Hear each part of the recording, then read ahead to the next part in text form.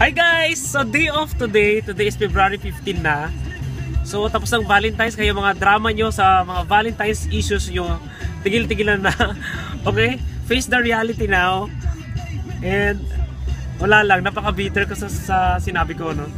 Hindi po talaga ako bitter. Yun, tapos ito, hindi ko natuloy yung Sunday schedule ko para dun sa pagpunta sana ng hospital. Kasi of a valid reason, so mas inuna namin yung condition nga ni Aldin kaysa sa yung interview na to, or interview na plano kong gawin para sa kanya. So for now, I just like to say thank you lang sa lahat ng mga umorder ng t-shirt sa akin. Grabe, first time ko magpa-order in one day na ganun kadami.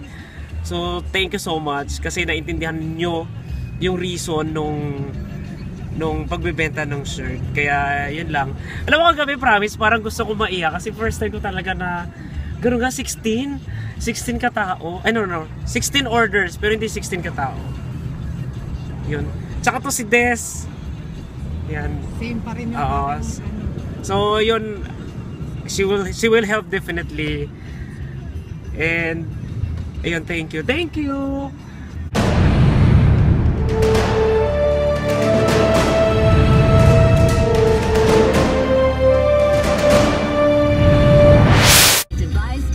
Kaya nasa Fish Market na tayo. Familiar nga. Sabi na nga ba, this is the place. Diretsuhin mo yan, nandun ang bulwagan. Yes. Okay. Magtutour tayo sa... Bukas na ba ng ganitong oras ang Fish Market? Di ba may ano... Ay, Friday pala yung ano... May pahinga. Yes! Itong totoong paaraw. Dumaan sa suki.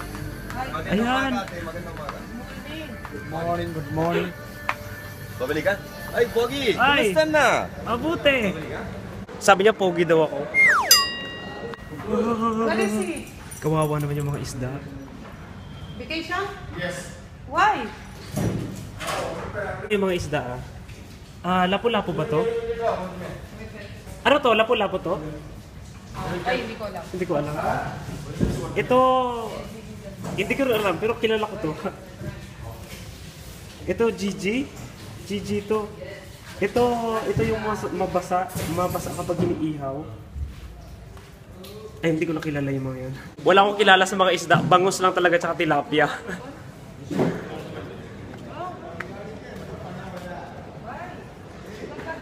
Magkano yung ganyan? How much, pare? Because I put in the car. Magkano daw yun? Eh? How much? 25? Secret? Sometimes. Ayun, kagising ko lang and one of my friend, yung nga kinontak ako para magbigay siya ng tulong dun sa kay Alden, yung may leukemia. So nakakatuwa guys that, you know, kapag may ginawa ka talagang mabuti sa kapwa, promise ka, 100%, babalik talaga siya sa'yo. Okay, so tonight, pupunta kami sa St. Mary's. So for the second time, I think this is my second time na pupunta doon. So ipapasyal ko kayo, okay? Para to sa mga Katoliko na gusto makita yung St. Mary's dito. Ito yung pinakasikat na Catholic Church, okay? Sama kayo sa akin. Okay. Guys, ito si B-Boy. Dami nagtatanong sa'yo kung sino to si B-Boy. Ito po si B-Boy. Tapos ito po si Ate Des. Mas matanda pa ako sa'yo ng di hamak. Okay. Ito kami ng St. Mary's. Sinaraduhan. Ba't ang tahimik? Okay, asan yung church? Iba yung dinaanan natin. Ewan ko eh.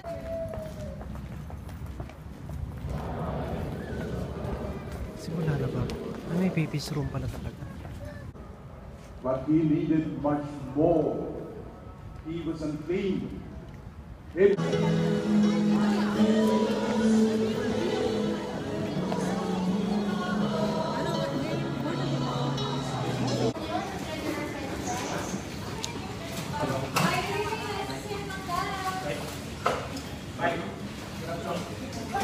Welcome to McDonald's.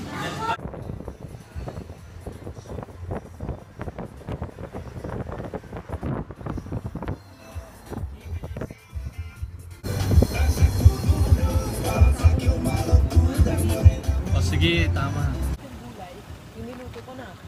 Ang ganda ng view natin. Parking lang pala kailangan natin para tumambay eh. Ay, dali, i-video mo kami para Oo nga eh, kaso against the light gawa nga nung ano. Ay, di ganyan ka. Oh, di ba? Pwede yun. Oo nga. Wala kaming mahanap na place para tumambay.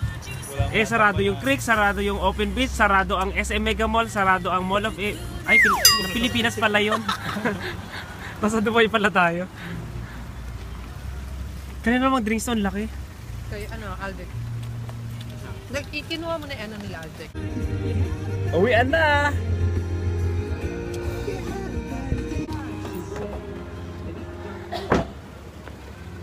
So tomorrow magbablog ako.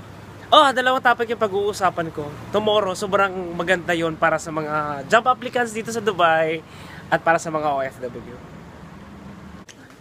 Lalabas na naman. Grabe namang day off to. Puro labas. Dapat talaga binabawasan yung renta natin sa bahay. Tapos puro tayo nasa labas eh. Oo rin daw. Nasaan tayo? Nasa Yams. Hello! Yams! Welcome to YouTube. Yum, yum, yum! Pwede bang commercial? Sarap ng ano namin doon, ang part-time ko doon.